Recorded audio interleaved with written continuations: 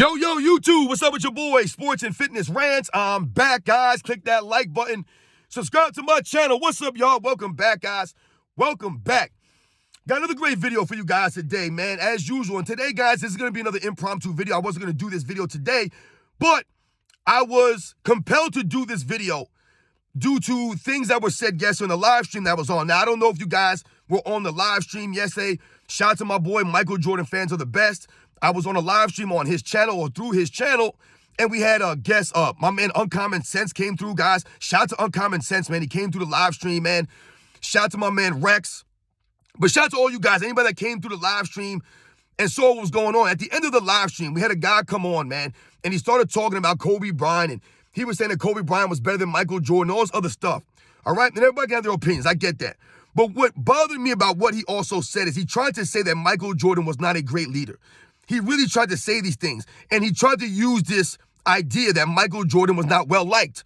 Oh, Michael Jordan was an a-hole, he said. Right? This is what the guy was saying. Michael Jordan wasn't a great leader because no one liked Michael Jordan. And once again, these guys don't understand, so we're going to talk about Michael Jordan's leadership in this video because Michael Jordan was a great leader. We're going to talk about this video and expose this, once again, another narrative and a lie that Michael Jordan was not a great leader somehow. And I want to thank you guys, man. Everyone across the world, everyone across the states has been supporting my channel, guys. I am truly, truly humbled by all the support, guys. Much respect to everyone out there, man. You guys subscribing, you guys commenting, sharing your stories. It means a lot to me, guys, for real. You guys donating to my channel. Shout out to everybody in the membership. Thank you, guys. I am truly, truly humbled, man. We must continue to stand up and stop these narratives and these lies, man. So shout out to all you guys. And you guys know what to do. Turn the volume all the way up. Hit that play button. Remember, these videos are for educational purposes. And let's roll. So, yes, guys, like I said, man, shout out to Uncommon Sense. Shout out to Uncut Hoops, man. He came through in the chat yesterday. Much respect to him, man. His channel he does good things, man. So shout out to Uncut Hoops, Uncommon Sense. Michael Jordan fans are the best. Shout out to all those guys. Shout out to Hoop God. Everyone that came through, name on the comment section. This idea that Michael Jordan is not a great leader or wasn't a great leader is laughable at best, guys. And once again, this is a new narrative that people are trying to create. This idea that Michael Jordan wasn't a great leader. And what do? They try to insinuate you being a likable person or you being a quote-unquote nice guy with being a great leader. And I've told you guys on this channel, being a likable person or being well-liked or being a quote-unquote nice guy has nothing to do with your leadership, right? It has nothing to do with that. It has nothing to do with you being considered a great leader. There have been many great leaders in the history of the world, whether we're talking about sports or not, that were not liked, that were maybe a-holes, right? They were rude. They rubbed people the wrong way. But what did they have? What did they get? What did they earn? They earned the respect of either their people that worked under them, if they're a boss, or in this case, their teammates, Michael Jordan's teammates. They respected Michael Jordan. And that's the one thing this guy never mentioned. He tried to talk about people not liking Michael Jordan and calling him an a-hole. Oh, no one even liked Michael Jordan. He wasn't a great leader. This man obviously doesn't know what leadership means or what it takes to be a great leader. What did Michael Jordan say in the Last Dance documentary? Leadership requires sacrifice. He had to sacrifice his what? His image, the way people might have felt about him or viewed him to what? To be a leader, to push these guys to reach levels that they never would otherwise, right? So he had to be the quote-unquote bad guy to lead. He had to sacrifice that. What did Michael Jordan say? You have to pay the price of leadership. There's a price that comes with leadership, and Michael Jordan was willing to pay that price. So what did he say? Yeah, they might turn around and say Michael Jordan was a tyrant. He wasn't a nice guy. And what did he say? Well, that's you, because you never won anything. So I say to that guy, you've never won anything in your life if you're going to sit there and say with a straight face that Michael Jordan wasn't a great leader. Michael Jordan's one of the greatest leaders in sports history. In the history of sports, there's no denying this. Once again, all the evidence points to Michael Jordan maximizing his teammates, getting the most out of these guys, right? And what did you hear them say all these years later? Yes, Michael Jordan may not have been a nice guy, but you understood what he was doing, and you respected what he was doing, and you respected him. And what they say, it worked. What did Will Perdue say? Yeah, you can say what you want, but it worked. He pushed us. he pushed out buttons. Yeah, he yelled at us. He did some things that maybe people wouldn't do. But guess what? He got the results. Once again, Michael Jordan's entire career, it comes down to the results. Michael Jordan got the results he was looking for. He wanted to be known as a winner. He got that result. He wanted to be known as one of the greatest players in the game. He got that result. These are the results that Michael Jordan was looking for. He wasn't trying to collect stats or things of that nature. He wasn't trying to be the most liked guy in the NBA. He wasn't trying to have these guys invite him to their weddings and birthday parties and cookouts and barbecues. That wasn't what it was about for Michael Jordan. He did not want to be their best friend off the court. What he wanted from them was to earn it. He wanted them to work, hold themselves to a standard, respect the game, and respect what they were doing, right? Respect the process, so to speak. And he wanted them to what? Be a part of that by earning their spot. And I told you guys in that video I did, the guys that Michael Jordan made better, he made them better, but at the same time, they earned their spot on that team. Whether they only played 5 minutes a game in an NBA Finals, or they only played in one game, or a couple of minutes here or a couple of minutes there, they earned their spot by going through the fire, which was the practices to be on a Chicago Bulls team. Remember, you often heard these guys talk about the practices being harder than the games. How many other great players in NBA's history have you heard their teammates say that about? Rarely any. But Michael Jordan's teammates are constantly talking about the intensity of practice and how he pushed them and how he got the most out of them. And they respected him for that. Remember this, guys. Michael Jordan was asked to induct Scottie Pippen into the Hall of Fame, Tony Kukoc into the Hall of Fame. 2 guys that he played with. And why is that? Because they appreciated and respected what Michael Jordan did for their careers. Tony Kukoc literally said, I want to thank Michael Jordan for kicking my butt in practice every single day and making me a better player. That's literally what he said. And we all know what Scottie Pippen said about Michael Jordan, talking about how Michael Jordan pushed him and that he would not be where he is without Michael Jordan. This goes to you being a great leader. He asked 2 people asked him to induct him into the Hall of Fame, guys. 2 of his former teammates. Right? Not to mention Kobe Bryant posthumously, who wanted Michael Jordan to induct him into the Hall of Fame. This is what Michael Jordan meant to people because they respected him, because of his leadership, the hard work. Remember, Michael Jordan never did anything that he didn't ask these guys to do, right? It wasn't like Michael Jordan wasn't, what'd he say? I never asked them to do things that I didn't do. Michael Jordan led by example, right? See, what excuse do you have when your greatest player on your team is giving 110% in practice? There's no excuses for your teammates then. Literally, it takes away any excuse from them to get. When your best player is giving his all every single day in practice, he's the first one there, the last one to leave. I told you, Craig Hodges said from 1989 to 1992 when he was on the Bulls, Michael Jordan did not lose one suicide sprint, guys. Not one suicide sprint for 3 consecutive seasons. And he said Scottie Pippen, Horace Grant, all these guys would try to beat Michael Jordan, and he never lost a sprint. Not one, guys. That's from Craig Hodges, his teammate. This is leadership. This isn't Michael Jordan lollygagging out there, going through the motions, pointing the finger at his teammates and say, hey, you guys do as I say, not as I do. No, it was do as I do. And if you don't want to do it, then hit the bricks. Get up out of here. We ain't going to deal with you. You're not going to be on the team any longer if you're not ready to play that way. That's what Michael Jordan said. You don't want to play that way? Then don't. Get out of here then. That's true, real leadership. Leaders are not worried about being liked by anybody. They don't care, guys. I told you I was in the military, guys, and I came across great leaders of all different backgrounds, different personalities. But the one thing that they all garnered was the respect. They all carried themselves with integrity, with honor and class. So we respected them. Maybe we didn't like the way they yelled at us sometimes or things of that nature, but we respected them to follow them. That's what Michael Jordan got out of his teammates, the respect. You'll hear people talk about, yeah, Michael Jordan, yeah, he punched Steve Kerr in the face. That's a real great leader. And what was the result of that altercation? What was the result of that, guys? Steve Kerr not leaving the Chicago Bulls, not being traded, not asking to leave the team, not quitting on the team, staying down and what? Earning the respect of Michael Jordan. Dealing with that, right? Going back at Michael Jordan. This wasn't Michael Jordan bullying these guys. This was Michael Jordan pushing them to be better because he wanted to win, and he wasn't going to take anything less than their best effort. So what ended up happening down the road due to that, guys?